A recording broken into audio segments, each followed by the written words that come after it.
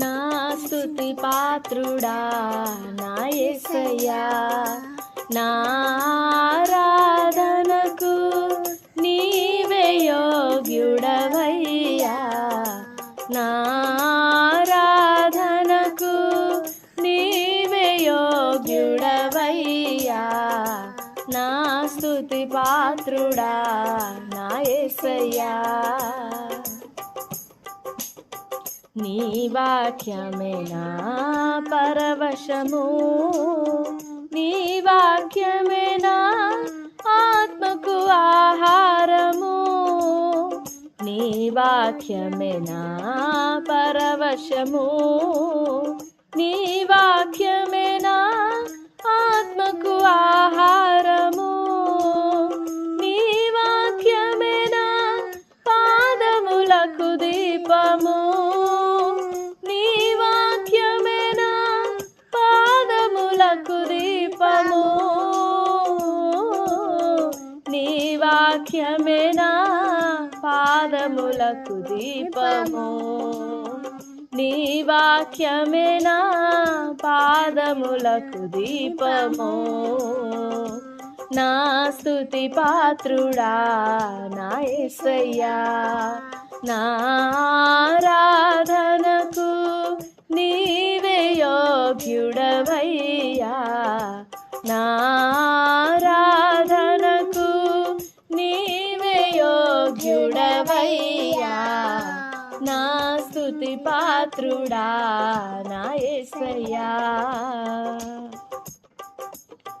నీ కృపయే నా ఆశ్రయము, నీ కృపయే నా ఆత్మకు అభిషేకము, నీ కృపయే నా ఆశ్రయము, నీ కృపయే నా ఆత్మకు అభిషేకము, నీ కృపయే నా జీవనాధారము,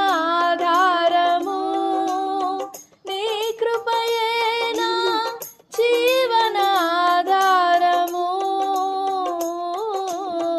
నీ కృపయే నా జీవనాధారము.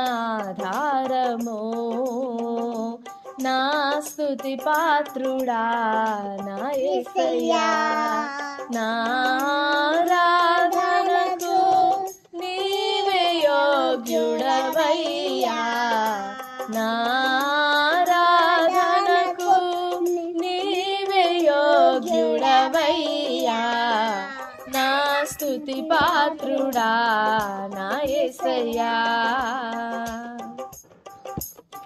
నీ సౌందర్యము యెరూషలేము, నీ పరిపూర్ణత సీయోను శిఖరము, నీ సౌందర్యము యెరూషలేము, నీ పరిపూర్ణత సీయోను శిఖరము, నీ పరిపూర్ణత నా జీవిత గమ్యము, నీ పరిపూర్ణత నా జీవిత గమ్యము, నీ పరిపూర్ణత నా జీవిత గమ్యము. నా స్తుతి పాత్రుడా నా యేసయ్యా, నా ఆరాధనకు నీవే యోగ్యుడవయ్యా, నా ఆరాధనకు నీవే యోగ్యుడవయ్యా, నా స్తుతి పాత్రుడా నా యేసయ్యా. Praise the Lord. యేసు ప్రభు వారి పరిశుద్ధ నామంలో మీకు మా హృదయపూర్వకమైన వందనాలు తెలియపరుస్తున్నాం. ప్రియులారా, మీరు బాగున్నారని ప్రభుని స్తుతిస్తున్నాం. ప్రభు మనకిచ్చిన ఈ ప్రశస్తమైన సమయంలో కీర్తనల గ్రంథం 119వ అధ్యాయము 7వ వచనం నుండి ధ్యానం చేసుకున్నాం. నీతి గల నీ న్యాయ విధులను నేను నేర్చుకున్నప్పుడు యథార్థ హృదయముతో నీకు కృతజ్ఞతాస్తుతులు చెల్లించేదను. I will praise thee with uprightness of heart when I shall have learned thy righteous judgments. దేవుడి వాక్యం మన వినికిడిలో దీవించునుగాక.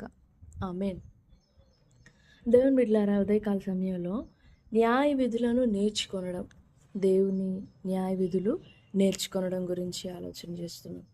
మనం ఇంతవరకు చెప్పుకుంటూ వచ్చాం, దేవుడు మనకు నేర్పించే విధానాన్ని మనం నేర్చుకోనాలి అని.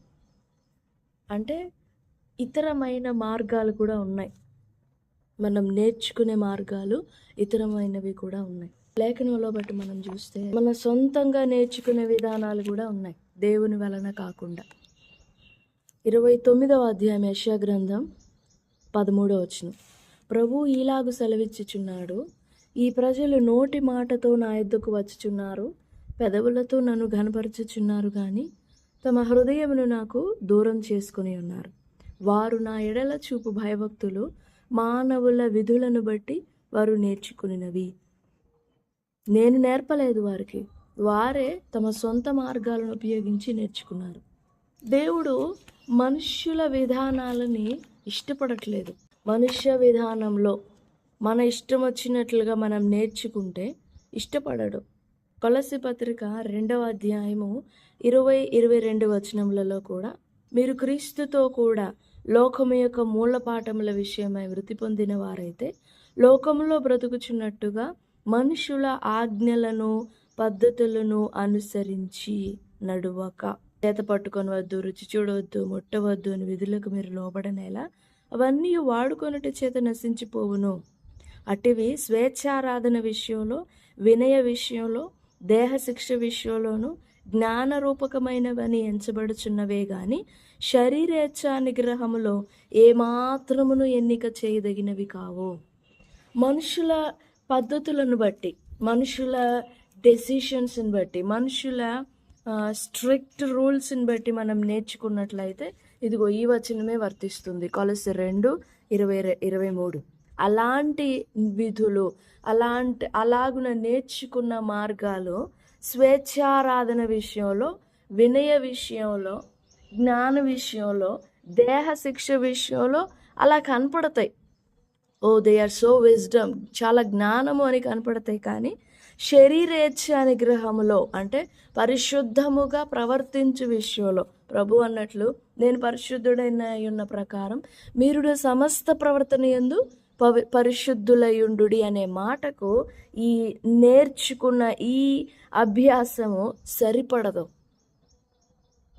అవి సరితూగవు. మరి ఎలా నేర్చుకోవాలి అని అంటే, పౌలే అంటాడు ఎఫెసీ పత్రిక 4వ అధ్యాయము 20-21 వచనాలు, అయితే మీరు యేసును గూర్చి విని ఆయన యందలి సత్యము ఉన్నది ఉన్నట్టుగానే ఆయన యందు ఉపదేశింపబడిన వారైన ఎడల మీరు అలాగు క్రీస్తును నేర్చుకున్నవారు కారు.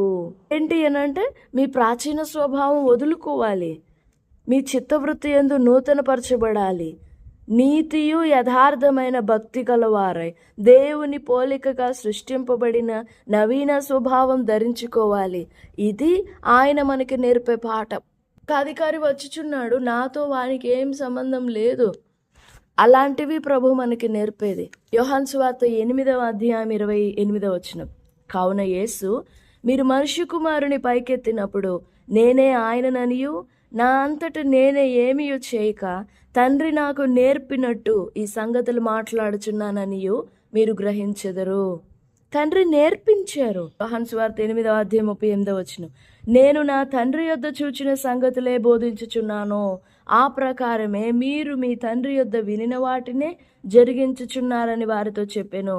యోహాను సువార్త 5వ అధ్యాయం 19వ వచనంలో కూడా మరొక మాట గమనిస్తాం. కాబట్టి యేసు వారికి ఇట్లు ప్రత్యుత్తరం ఇచ్చెను, తండ్రి ఏది చేయుట కుమారుడు చూచునో అదే కాని తనంతట తాను ఏదియూ చేయనేరడు, ఆయన వేటిని చేయునో వాటినే కుమారుడును అలాగే చేయును. 20వ వచనం, తండ్రి కుమారుని ప్రేమించుచు తాను చేయు వాటినెల్లను ఆయనకు అగపరుచుచున్నాడని మీతో నిశ్చయముగా చెప్పుచున్నాను. తండ్రి చేయు వాటిని కుమారుడు చూస్తాడు, అలా కుమారుడు చూడాలని తండ్రి అగుపరుస్తాడు. అదే నేర్పించే ప్రయాస, నేర్పించే ప్రక్రియ. దానికి స్పష్టమైన సాక్ష్యం యోహాను సువార్త 1వ అధ్యాయం 1వ వచనం, ఆది యందు వాక్యం ఉండెను, వాక్యం దేవుని యొద్ద ఉండెను, వాక్యము దేవుడై ఉండెను. నేర్చుకున్నారు ప్రభు. తండ్రి యొద్ద నేర్చుకున్నారు. తండ్రి నాకు నేర్పినట్టు నా అంతటా నేనే మాట్లాడలేను, నా అంతటా నేనే ఏమి చేయలేను. సర్వాధికారం ఉన్నది, కానీ నా అంతటా నేనేమి చేయలేను. తండ్రి నాకు నేర్పినదే. మొదటి యోహాను పత్రిక ప్రభు నేర్పించిన శిష్యుడు యోహాను మాట్లాడుతున్న మాట కూడా అదే. ప్రభు నేర్పించిన శిష్యుడు యోహాను మాట్లాడుతున్న మాట కూడా అదే. 1వ అధ్యాయం 1వ వచనం. జీవవాక్యమును గూర్చినది ఆది నుండి ఏది ఉండెనో, మేమేది వింటిమో, కనులార ఏది చూచితిమో, ఏది నిదానించి కనుగొంటిమో, మా చేతులు దేనిని తాకి చూచెనో అది మీకు తెలియజేయుచున్నాము. మేము ఏది విన్నామో, ఏది చూసామో, దేనిని తాకి చూచామో దాన్ని మాత్రమే చెప్తున్నాము, మరి ఏమి చెప్పట్లేదు. ఆ జీవం ప్రత్యక్షమాయను, తండ్రి యొద్ద ఉండి మాకు ప్రత్యక్షమైన ఆ నిత్య జీవమును మేము చూచి ఆ జీవమును గూర్చి సాక్ష్యం ఇచ్చుచు దానిని మేము తెలియపరచుచున్నాము. ఉదయకాల సమయంలో దేవుని బిడ్డలారా, మన హృదయానికి, మన ప్రాణానికి, మన ఆత్మకి, మన దేహానికి దేవుడు నేర్పాలి. ఆయన యందు మనం నేర్పబడాలి. గలతీ 1వ అధ్యాయం 16వ వచనంలో మరొక మాట పౌలు అంటాడు, ఆయనను నాయందు బయలుపరుపును అనుగ్రహించినప్పుడు నేను మనుష్య మాతృలతో సంప్రదింపలేదు, కానీ దేవుని దగ్గరే సమయం గడిపాను. ఆయనను నాయందు నేర్పించాలన్నప్పుడు, నా యందు ప్రత్యక్షపరచాలన్నప్పుడు నీ హృదయానికి ప్రభు నేర్పబడాలి. నీ అవసరతలకు నేర్పబడి ఉండొచ్చు. ఏదన్నా అవసరమో రాగానే, ఏదన్నా అక్కర రాగానే, భయం రాగానే దేవుణ్ణి వేడుకోవాలి, దేవుణ్ణి ప్రార్థించాలి, దేవుని విశ్వసించాలి అని అలా నేర్చుకొని ఉండొచ్చు. కానీ దేవుడు నేర్పబడాల్సింది నీ ఆంతర్య హృదయానికి. ఆయన పరిశుద్ధత నేర్పబడాలి, ఆయన తత్వం నేర్పబడాలి, ఆయన స్వభావం నేర్పబడాలి, ఆయన మనస్సు నేర్పబడాలి. ఆయన నీ ఆంతర్యానికి, నీ మనస్సు, నీ ప్రాణం, నీ ఆత్మకు నేర్పబడాలి, నీ దేహానికి కూడా నేర్పబడాలి. That's how we learn God. నేను నేర్చుకున్నప్పుడు యథార్థ హృదయముతో నీకు కృతజ్ఞతాస్తుతులు చెల్లించదను. ప్రభు సహాయం కోరుకుందాం. ప్రభు మన హృదయములలో మన యందు నేర్పబడినట్లు, మనం ఆయన యందు ఉపదేశింపబడిన వారైనట్లుగా, ఆయన యందు ఉపదేశింపబడిన వారముగా ఉండునట్లు ప్రభు సహాయపడతారు. దేవుడి మాటలు మనం వెనుకళ్ళ దీవించుగాక. ఆమేన్. చిన్న ప్రార్థన. మంచి యేసయ్యా, గొప్ప దేవుడా, బలమైన తండ్రి, ప్రశస్తమైన ఉదయకాల సమయంలో మీ సన్నిధిని బట్టి స్తుతిస్తున్నా. మీ మాటలన్నిటిని బట్టి వందనాలు దేవా. నిజముగా మా జీవితములలో మీ యందు ఉపదేశింపబడుట ఎంత గొప్ప భాగ్యమో మాకు నేర్పండి నాయన. మేము చాలా దూరంగా ఉన్నాం. మా ప్రాణానికి, మా ఆత్మకు, మా దేహానికి, మా హృదయానికి మీరు నేర్పబడాలి. మీరు మీ యందు మేము ఉపదేశింపబడాలి. మనుషుల విధులను బట్టి మిమ్మల్ని నేర్చుకొనడం కాదు. ఉదయకాల సమయంలో ఈ మాటలు వినిచిన బిడ్డలందరినీ దర్శించండి దేవా. శరీరేచ్ఛ నిగ్రహములో బలంగా సహాయపడే మీ మాటలు మీ యందు నేర్పబడినట్లు బిడ్డలందరికీ సహాయపడండి. మేము నీ యందు నేర్పబడిన వారముగా ఉండాలి, కానీ మా అంతటా మేము నేర్చుకునే వారంగా ఉండకూడదు. క్షమించండి, సహాయపడండి.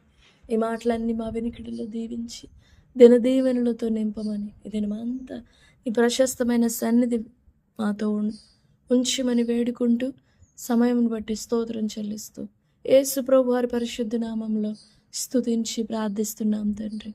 ఆమేన్. ఆమేన్. Praise the Lord. God bless you all.